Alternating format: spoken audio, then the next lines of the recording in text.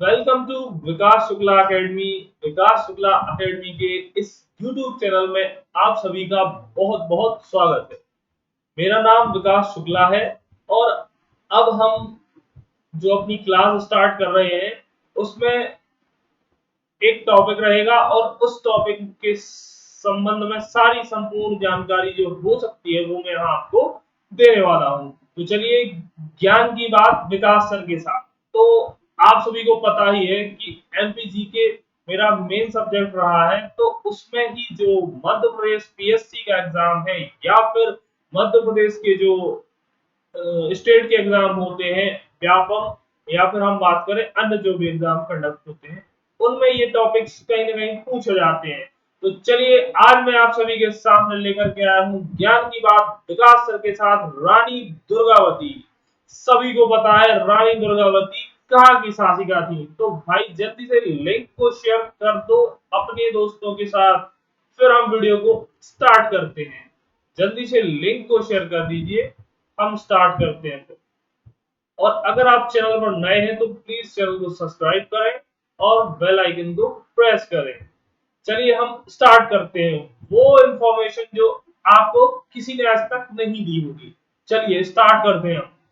तो सबसे पहले रानी दुर्गावती कौन थी? रानी दुर्गावती सबसे पहला क्वेश्चन मार्क। एमपीपीएससी प्री का तो प्रश्न है ही, मेंस में भी ये प्रश्न हो सकता है। कौन है रानी दुर्गावती? सबसे पहले गोंड शासिका थी जो जिन्होंने गोंडवाना क्षेत्र पर शासन किया। बिल्कुल सही बात है। गोंडवाना क्षेत्र कहाँ दिख रहा है? सबसे पहले अपन गोंडवाना क्षेत्र यहाँ पॉइंट आउट करते हैं। तो देखो ये है गोंडवाना क्षेत्र जहां मैं पॉइंट आउट कर रहा हूँ। ये देखो, ये जो क्षेत्र है ये पूरा का पूरा गोंडवाना है।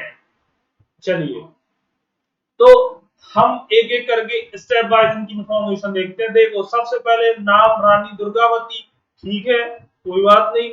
आगे जन्म, तो इनका जन्म कहाँ हुआ? पहला प्रश्न, अच्छा प्रश्न, कहाँ क्या कहाँ हुआ?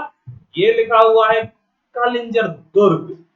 आप सभी को पता है मध्य प्रदेश और उत्तर प्रदेश की बाउंड्री पर पड़ता है ये कालिंजर का दुर्ग, जो अपने आप में ऐतिहासिक दुर्ग है।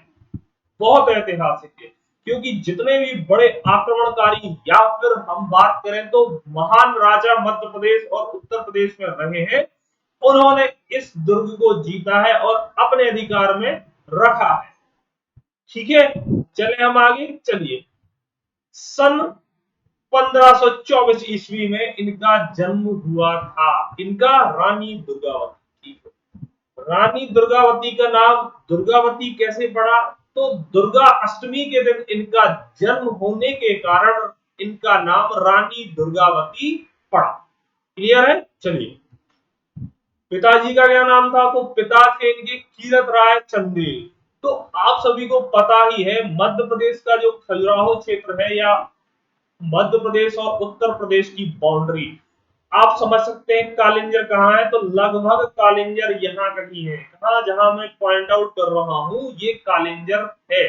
यहाँ चंदेल शासकों ने राज किया है। तो वही चंदेल जो विद्याधर चंदेल थे जिन्होंने खजुराहो के प्रसिद्ध कंदारिया महादेव मंदिर का निर्माण करवाया, उनके ही वंशज इस कालिंजर किले पर अधिकार करके रखे थे। और उनमें भी कौन से? कीरत राय चंदेल। कीरत राय चंदेल के की पुत्री थी रानी दुर्गावती।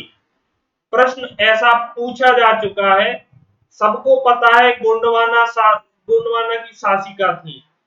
पेपर में प्रश्न पूछा है व्यापम ने कि रानी दुर्गावती किस वंश की राजकुमारी थी? तो आपको ऑप्शन में दिए थे वहां, पहला ऑप्शन था गोंड, दूसरा ऑप्शन इसी तरीके से था चंदेल, तीसरा था बघेल, इस तरीके से थे।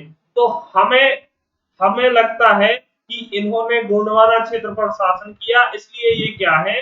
गोंड राजकुमारी। परंतु ऐसा नहीं है, राजकुमारी पूछा है, शासिका नहीं।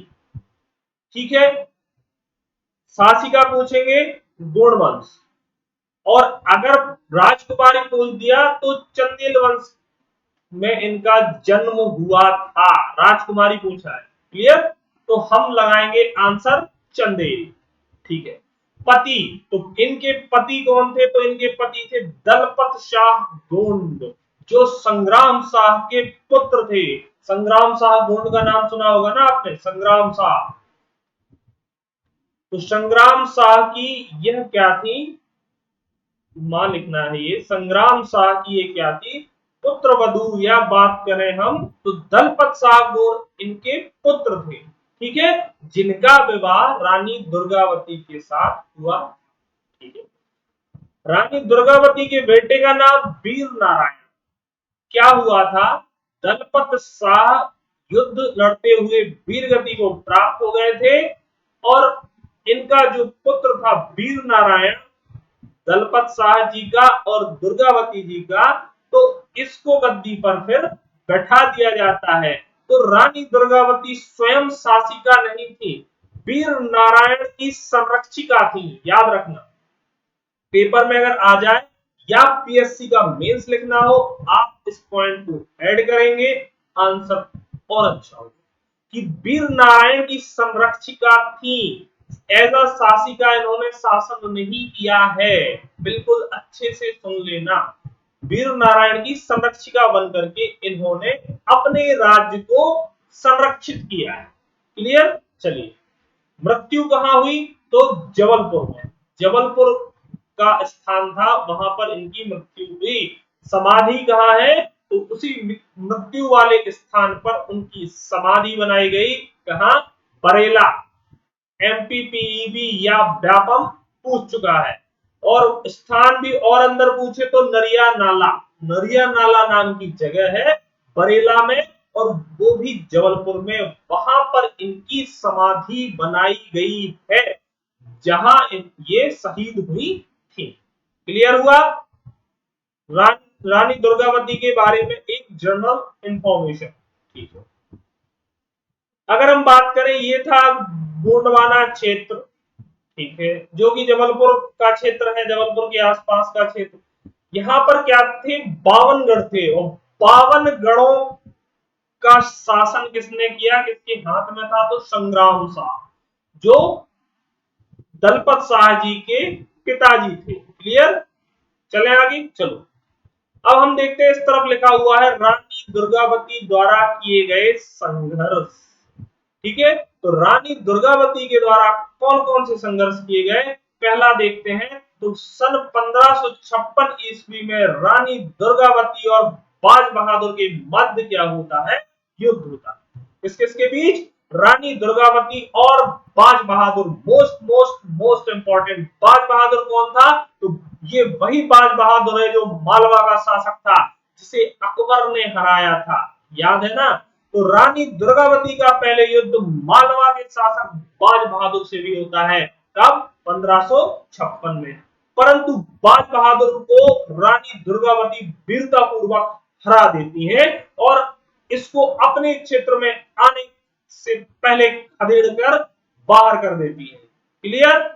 चलो, दूसरा संघर्ष, दूसरी लड़ाई 1564 ईस्वी में दुर्गावती और अकबर की सेना के मध्य नरई का युद्ध। Most most most important, MPPSC mains, MPPSC mains, Narai का युद्ध। नरई का युद्ध आ जाएगा पेपर में, प्री में हो या फिर व्यापम में। बताइए, क्या आपको पता है नरई का युद्ध?